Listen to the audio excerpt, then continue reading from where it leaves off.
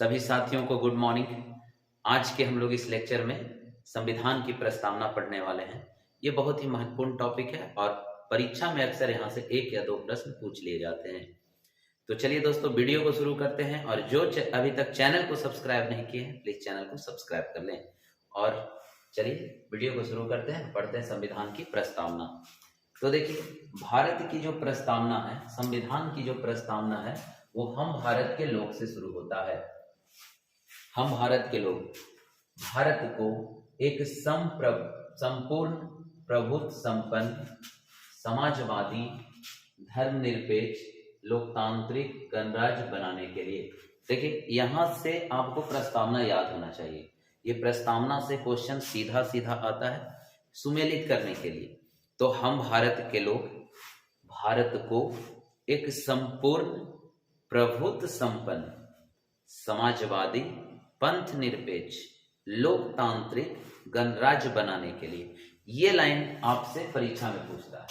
ठीक है, आप यहां से लेकर यहां तक क्रम से याद रखें। ठीक है, आप क्रम से याद रखें और मेरे साथ आप अभी ही याद कर लें। भारत का प्रस्तावना जो शुरू होता है हम भारत के लोग से शुरू होता है। ये भी क्वेश्चन आ जाते हैं कि आखिर भारत का जो प्रस्तावना है हम भारत के लोग से क्यों शुरू हुआ है। इसका मतलब है कि भारत में सबसे शक्तिशाली भारत की जनता है और भारत के संविधान का निर्माण किसके द्वारा किया गया है, तो भारत के जनता के द्वारा किया गया है। तो मेरे साथ एक बार बोलिए, हम भारत के लोग भारत को एक संपूर्ण प्रभुत्व संपन्न समाजवादी पंथ निरपेक्ष या धर्मनिरपेक्ष दोनों एक ही बात है, पंथ निरपेक्ष लोकतांत्रिक गणराज्य। ठीक है, तो हम भारत के लोग से भारत की प्रस्तावना शुरू होती है। जिसका अर्थ बताइए, हम भारत के लोग का मतलब क्या होता है। तो हम भारत के लोग का मतलब होता है कि भारत के संविधान का निर्माण भारत के जनता के द्वारा किया गया है। और इसका एक अर्थ और होता है कि भारत में सबसे सर्वोच्च, सबसे पावरफुल, सबसे शक्तिशाली कौन है, तो जनता है। ठीक है, भारत को एक संपूर्ण प्रभुत्व संपन्न, इसका मतलब क्या है, संपूर्ण प्रभुत्व संपन्न का मतलब बताइए।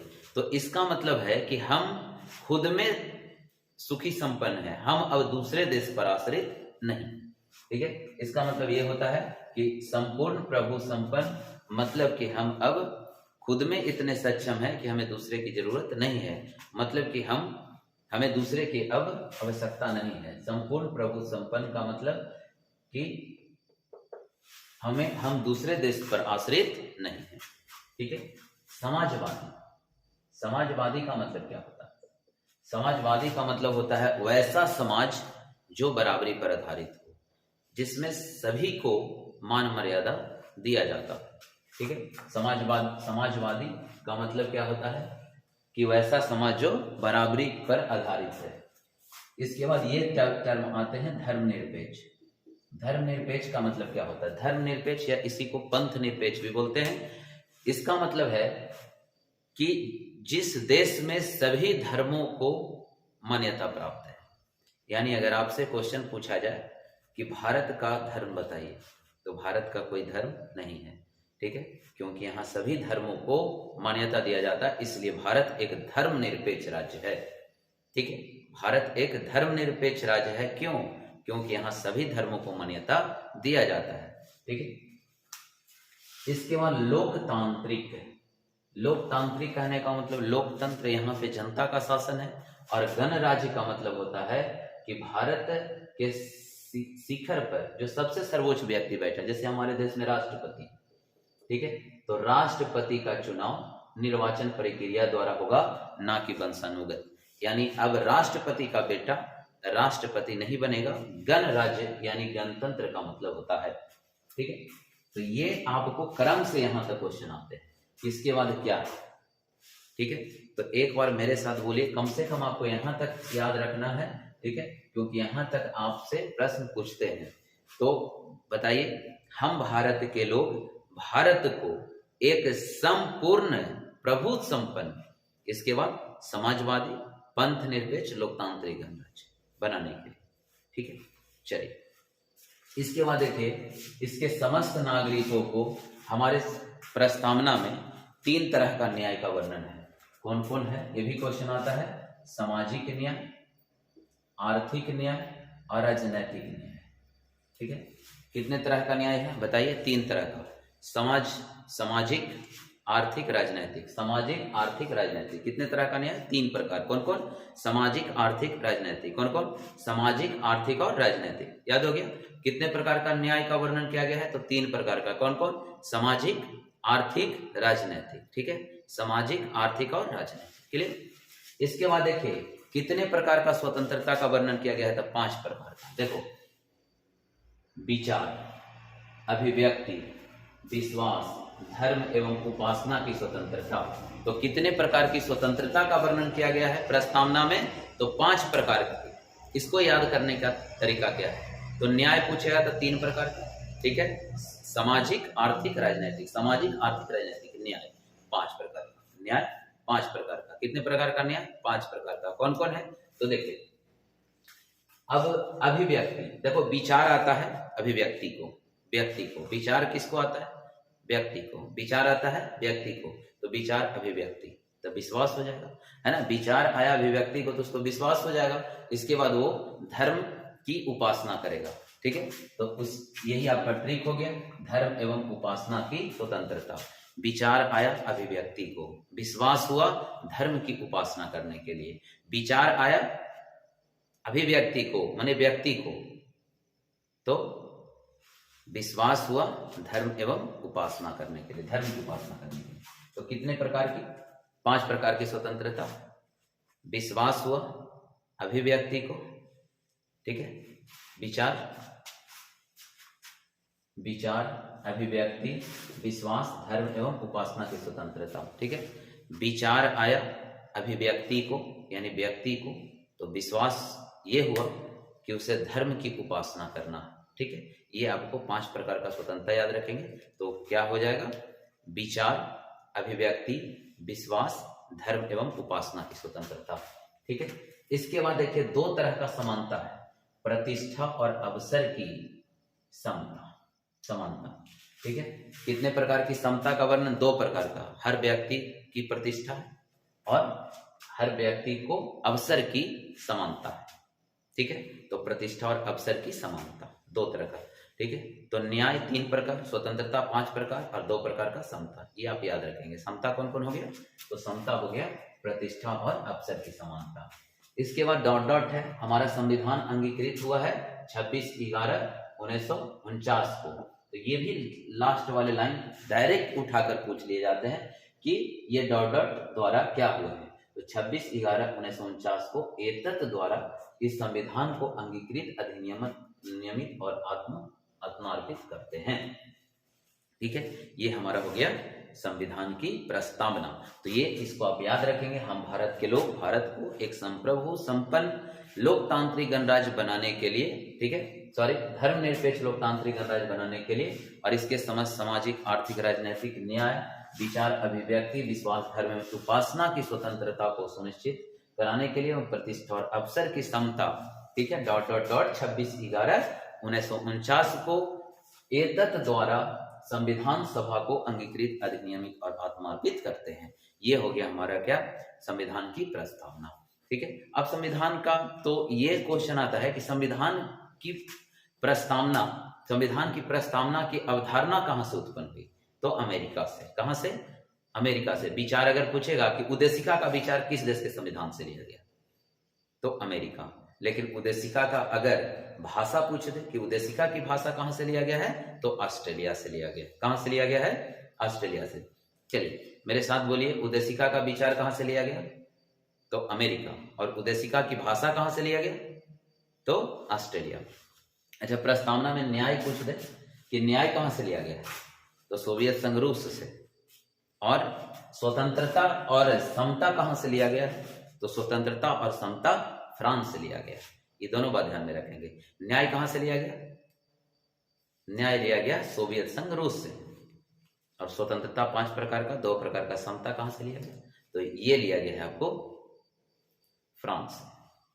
ठीक है, चलिए ये हो गया। अब देखिए, प्रस्तावना संविधान के परिचय अथवा भूमिका को करते हैं। परिचय, संविधान के परिचय को क्या कहते हैं? संविधान के परिचय को प्रस्तावना कहते हैं। प्रस्तावना संविधान का परिचय तो है, या संविधान प्रस्तावना जो है संविधान का भूमिका तो है, ठीक है, भूमिका को कहते हैं जिसमें संविधान का सार होता है। मतलब संविधान का सार मतलब कि वहां पे आपको पूरा संविधान का प्रतिबिंब दिखाई देगा। आप कह सकते हैं कि संविधान की प्रस्तावना में संविधान की प्रतिबिंब दिखाई पड़ती है, ठीक है। इसीलिए इसे प्रस्तावना को संविधान का दर्पण, आत्मा, पूंजी कहा जाता है, ठीक है। आत्मा, दर्पण, पूंजी किसे कहा जाता है? तो प्रस्तावना को कहा जाता है, क्योंकि प्रस्तावना संविधान का परिचय अथवा भूमिका को कहते हैं जिसमें संविधान का सार होता है, ठीक है। ये देखिए क्वेश्चन, प्रस्तावना संविधान का भाग है किंतु इसके अन्य भागों से स्वतंत्र होकर इसका कोई विधिक प्रभाव नहीं है। ये देखिए डायरेक्ट क्वेश्चन आ जाते हैं, और ये डायरेक्ट पूछा हुआ क्वेश्चन है, ठीक है, कि निम्नलिखित में प्रस्तावना के बारे में कौन सा बातें सही है। तो ये याद रखेंगे, प्रस्तावना संविधान का भाग तो है किंतु उसके अन्य भागों से स्वतंत्र होकर, सभी भागों से स्वतंत्र है, इसका कोई विधिक प्रभाव नहीं है, ठीक है, इसका कोई विधिक प्रभाव नहीं है और यह न्यायालय में लागू नहीं होता है, ठीक है। तो ये प्रस्तावना का क्या हो गया, आपका डेफिनेशन हो गया। इसको आप स्क्रीनशॉट ले लें।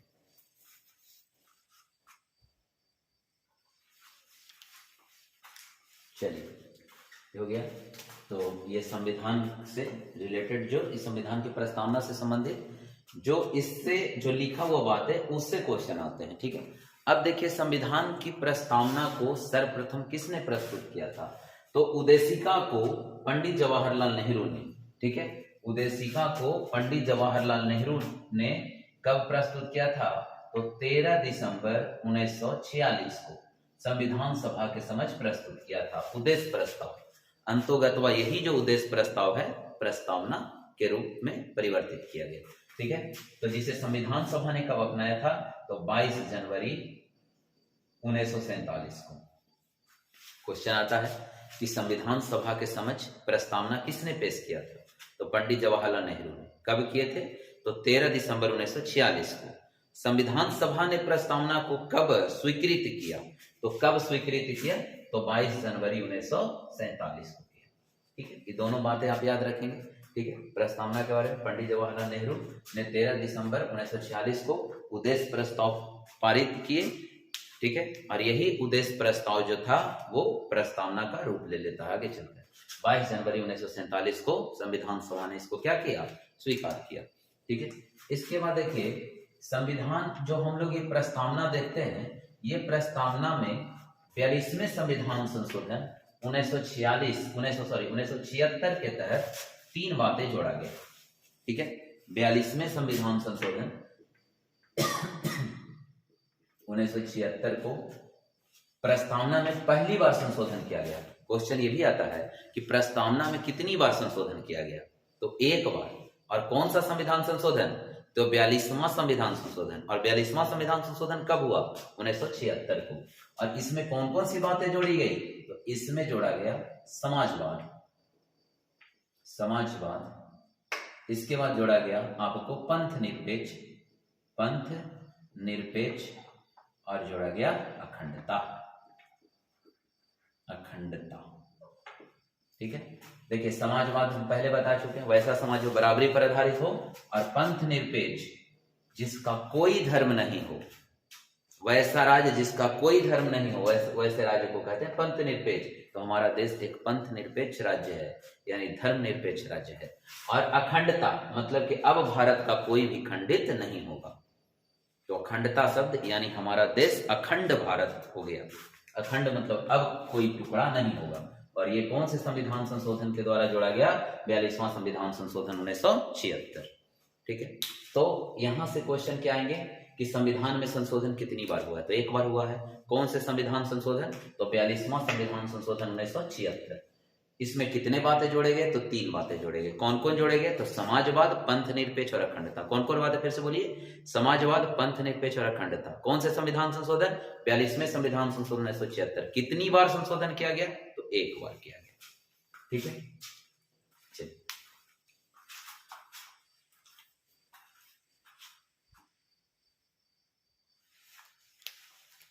देखिए इसमें जो है प्रस्तावना को किसने क्या कहा, ठीक है।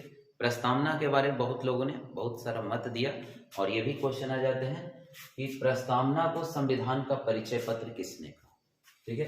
प्रस्तावना को संविधान का परिचय पत्र किसने कहा, तो याद रखेंगे एन ए पालकी वाला, ठीक है, एन ए पालकी वाला परिचय पत्र है ना। परिचय पत्र किसने कहा, प्रस्तावना को संविधान का परिचय पत्र एन ए पालकी वाला ने कहा। परिचय पत्र किसने कहा, पालकी वाला ने, ठीक है। पवित्र दस्तावेज doctor Bhimrao B R Ambedkar, ठीक है। पवित्र दस्तावेज किसने कहा, तो डॉक्टर भीमराव अम्बेडकर। राजनैतिक जन्मपत्र या जन्म कुंडली किसने कहा, प्रस्तावना को राजनैतिक जन्मपत्र या जन्म कुंडली किसने कहा, तो ये के एम मुंशी,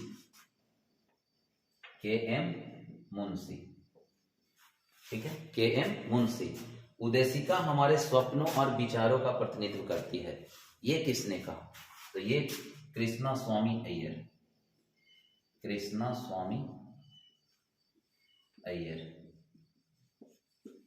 ठीक है, कृष्णा स्वामी अय्यर।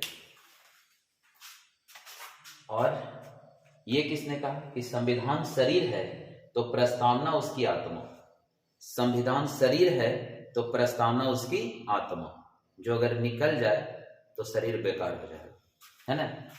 संविधान शरीर है तो प्रस्तावना उसकी आत्मा, प्रस्तावना आधारशिला है तो संविधान उस पर खड़ी अटालिका। ये कहे हैं सुभाष कश्यप,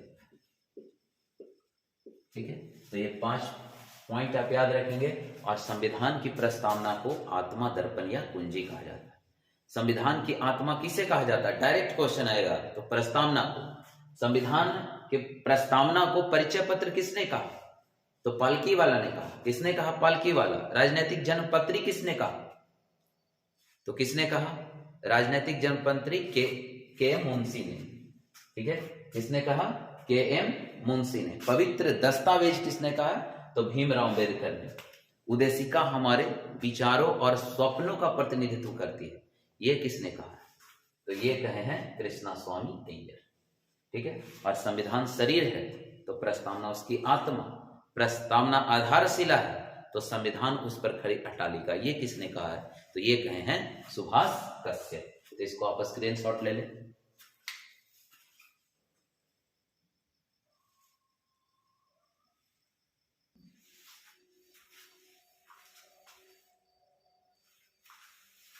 देख, अब इसके बाद प्रस्तावना से संबंधित कुछ बात है। देखिए, प्रस्तावना को लेकर हमेशा विवाद होते रहा। मतलब लोगों का कहना था कि प्रस्तावना संविधान का भाग नहीं है, और इसको लेकर लोगों ने क्या किया, मतलब कि विवाद किया और केस किया इसके ऊपर। तो सर्वोच्च न्यायालय ने फैसला दिया इसके ऊपर कि क्या सुनवाई किया, वो देखिए। तो प्रस्तावना के संबंधित सबसे पहला था बेरोबारी वाद। ये कब आया था, 1960।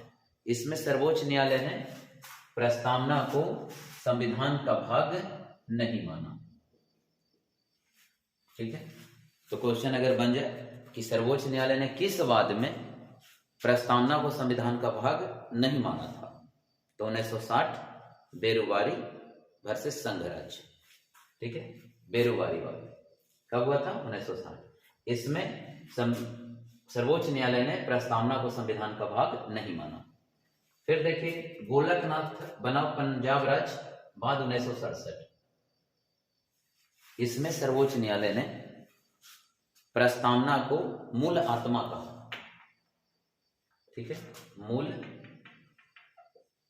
आत्मा कहा, लेकिन इसमें संशोधन नहीं किए जा सकते, ठीक है। ध्यान दीजिएगा, गोलकनाथ बनाम पंजाब राज्य 1967 संविधान का मूल आत्मा प्रस्तावना को कहा, लेकिन इसमें किसी प्रकार के संशोधन नहीं किए जा सकते। देखिए, केशवानंद भारती बनाम केरल राज्य, ये बहुत महत्वपूर्ण है। ये सबसे ज्यादा क्वेश्चन पूछते हैं इसे कि केशवानंद भारती बनाम केरल राज्य 1973। और इसमें जो है सर्वोच्च न्यायालय ने प्रस्तावना को संविधान का भाग माना और कहा कि इसमें संशोधन किए जा सकते हैं, लेकिन मूल ढांचे में परिवर्तन किए बिना संशोधन कर सकते हैं। ठीक, तो इस बात को ध्यान रखिएगा। केशवानंद भारती बनाम, और लास्ट में जो है ये है बॉम्बई बनाम यूनियन बैंक ऑफ इंडिया 1994। इसमें भी सर्वोच्च न्यायालय ने इसे प्रस्तावना का भाग माना, सॉरी संविधान का भाग प्रस्तावना को स्वीकार किया। ठीक है, माना, फैसला दिया अपना। तो ये 4 बात आप ध्यान में रखिएगा, चारों बात से क्वेश्चन आते हैं। केशवानंद भारती बनाम केरल राज्य 1973, सबसे ज्यादा क्वेश्चन इसी से आते हैं। ठीक है, केशवानंद भारती बनाम कि किस बाद में सर्वोच्च न्यायालय ने प्रस्तावना को संविधान का अभिन्न भाग माना, तो केशवानंद भारती बनाम 1973, और इसमें संशोधन कर सकते हैं लेकिन मूल ढांचे में परिवर्तन किए भी। इसके ऊपर जो है गोलक नाथ बनाम पंजाब राज्य 1967 में इसे मूल आत्मा माना था, लेकिन इसमें संशोधन नहीं हो सकता था। ठीक है, बेरुवारी बाद 1960 में संविधान का भाग नहीं माना था, और इसको भी रिपीट किया, बॉम्बई बनाम यूनियन बैंक ऑफ इंडिया। तो 4 बात के लिए पहला क्या है, बेरुवारीवाद। ठीक है, पहला बेरुवारीवाद 1960, दूसरा आपको है गोलकनाथ बनाम पंजाब राज्य 1967, तीसरा केशवानंद भारती बनाम केरल राज्य 1973, और लास्ट में आपको बॉम्बई बनाम यूनियन बैंक ऑफ इंडिया 1994। ठीक है, 4 बात आपको क्लियर हो गए होंगे। पहला बात आप याद रखेंगे, 1960 में कौन सा बात आया था, तो बेरुवारीवाद। ठीक है, इसमें सर्वोच्च न्यायालय ने संविधान का भाग नहीं माना प्रस्तावना को। इसके बाद गोलकनाथ बनाम पंजाब राज्य 1967, इसमें प्रस्तावना को संविधान का आत्मा माना, और ठीक है, और इसमें संशोधन नहीं हो सकते थे। केशवानंद भारती बनाम केरल राज्य 1973 के तहत इसमें संशोधन भी हो सकते थे, लेकिन मूल ढांचा में परिवर्तन किए बिना, और इसे संविधान का भाग माना। ठीक है, और बॉम्बई बनाम यूनियन बैंक ऑफ इंडिया 1994। ठीक है, अभी क्वेश्चन आता है कि प्रस्तावना में देश की कौन कौन सी क्रांति का प्रभाव है, तो इसको देख लीजिए थोड़ा सा। ये याद रखेंगे, ये देश 3 क्रांति प्रभाव डालता है। क्वेश्चन पूछ लिया जाता है कि कौन कौन से क्रांति का प्रभाव है हमारे प्रस्तावना पे, तो याद रखिएगा आपको फ्रांसीसी क्रांति ये कब हुआ है, 1789 में। ठीक है, इसके बाद अमेरिकी क्रांति, और ये कब हुआ है, 1776 में। और एक याद रखिएगा रूसी क्रांति 1917। ठीक है, तो भारतीय प्रस्तावना पर कितने क्रांति का प्रभाव है, तो 3 क्रांति, फ्रांसीसी क्रांति 1789, अमेरिकी क्रांति 1776, और रूसी क्रांति 1917। तो ये थे भारत की प्रस्तावना, और यहाँ से ये क्वेश्चन आते हैं। चलिए थोड़ा सा बस 2 मिनट में आपको रिकॉल करा देते हैं।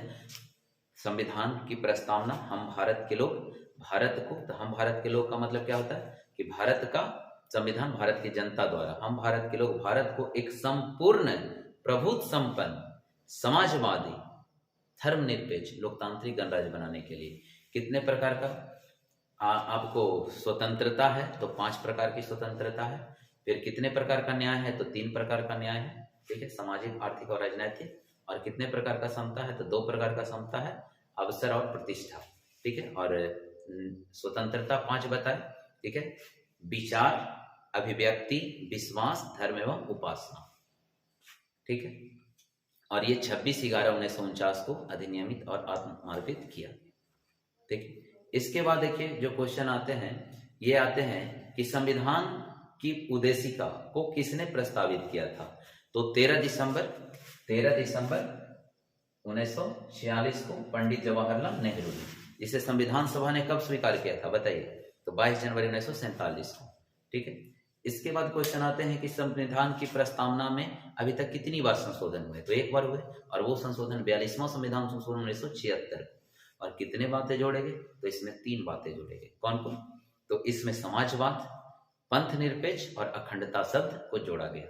अभी तक कितने बार संशोधन हुए? तो एक बार संशोधन हुए। ठीक है। संविधान के बारे में लोगों का विचार था। जन्मपत्री किसने कहा? तो के.एम. मुंशी।